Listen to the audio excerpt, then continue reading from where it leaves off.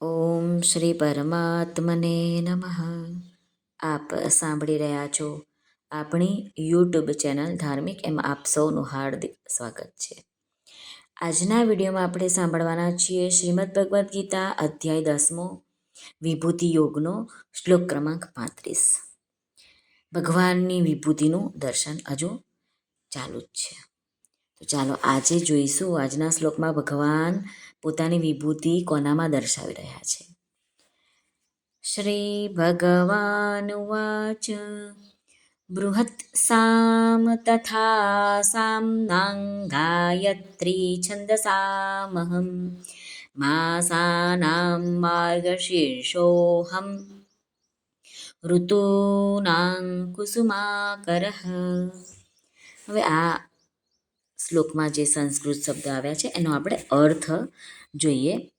સામ નામ એટલે ગાઈ શકાય એવી શ્રુતિઓ. બૃહત સામ એટલે બૃહત સામ. તથા એટલે અને. છંદ સામ બધા છંદોમાં. ગાયત્રી એટલે ગાયત્રી છંદ. અહમ એટલે હું છું. માસા નામ એટલે 12 મહિનાઓમાં. માર્ગ શીર્ષ એટલે માક્ષર મહિનો. ઋતુ નામ 6 ઋતુઓમાં. કુસુમા કરહ એટલે વસંત. અહમ એટલે હું છું. આ શ્લોકનું આપણે ગુજરાતીમાં ભાષાંતર જોઈએ. ભગવાન અર્જુનને કહી રહ્યા છે કે ગાઈ શકાય એવી શ્રુતિઓમાં હું બૃહત નામનો સામ છું, તેમજ છંદોમાં ગાયત્રી છંદ છું, તથા મહિનાઓમાં માક્ષર મહિનો અને ઋતુઓમાં વસંત ઋતુ હું છું. સાધક સંજીવનીમાંથી આપણે રામસુખદાસજી મહારાજનું વિવેચન સમજીશું. બૃહત સામ તથા સામનામ એટલે સામવેદમાં બૃહત સામ નામની એક ગીતિ છે. એના દ્વારા ઇન્દ્રરૂપી પરમેશ્વરની સ્તુતિ કરવામાં આવે છે.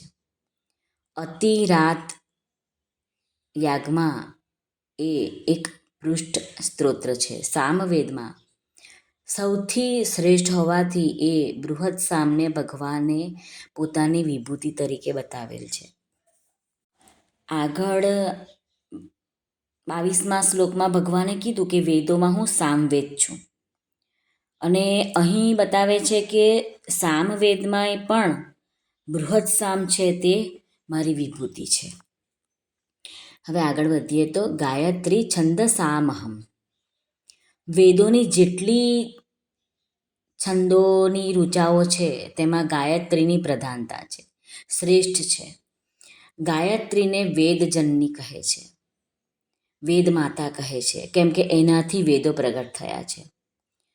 સ્મૃતિઓમાં અને શાસ્ત્રોમાં ગાયત્રીનો બહુ મોટો મહિમા ગાવામાં આવ્યો છે.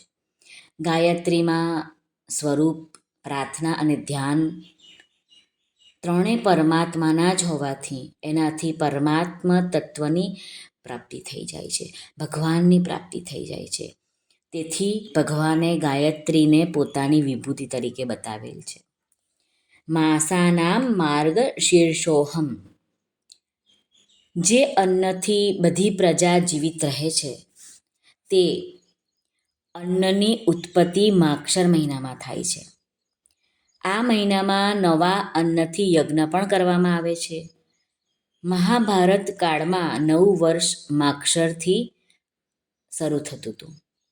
આ વિશેષતાઓને કારણે ભગવાને માક્ષર મહિનાને પોતાની વિભૂતિ તરીકે બતાવી છે.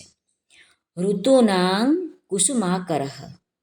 વસંત ઋતુમાં વરસાદ વગર જ વૃક્ષ, લતાઓ વગેરે પત્ર પુષ્પોથી ભરાઈ જાય છે. આ ઋતુમાં ન અધિક ગરમી રહે છે ન અધિક શરદી. એટલા માટે ભગવાને વસંત ઋતુને પોતાની વિભૂતિ તરીકે કહી છે. આ બધી વિભૂતિઓમાં જે મહત્તા છે, શ્રેષ્ઠતા છે અને વિશેષતા દેખાય છે તે કેવળ ભગવાનની જ છે.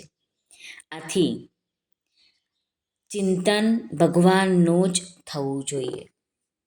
શ્રી કૃષ્ણાર્પણમસ્તુ. સર્વને ભાવથી જય શ્રી કૃષ્ણ. રાધે રાધે. હરિઓમ તત્સત. જય ગુરુદેવ દત્ત. જય સ્વામિનારાયણ. જય માતાજી. નમઃ પાર્વતી પતે. હર હર મહાદેવ હર. સિદ્ધેશ્વર મહાદેવની જય. સર્વનું કલ્યાણ થાઓ, સર્વનું કલ્યાણ થાઓ, સર્વનું કલ્યાણ થાઓ.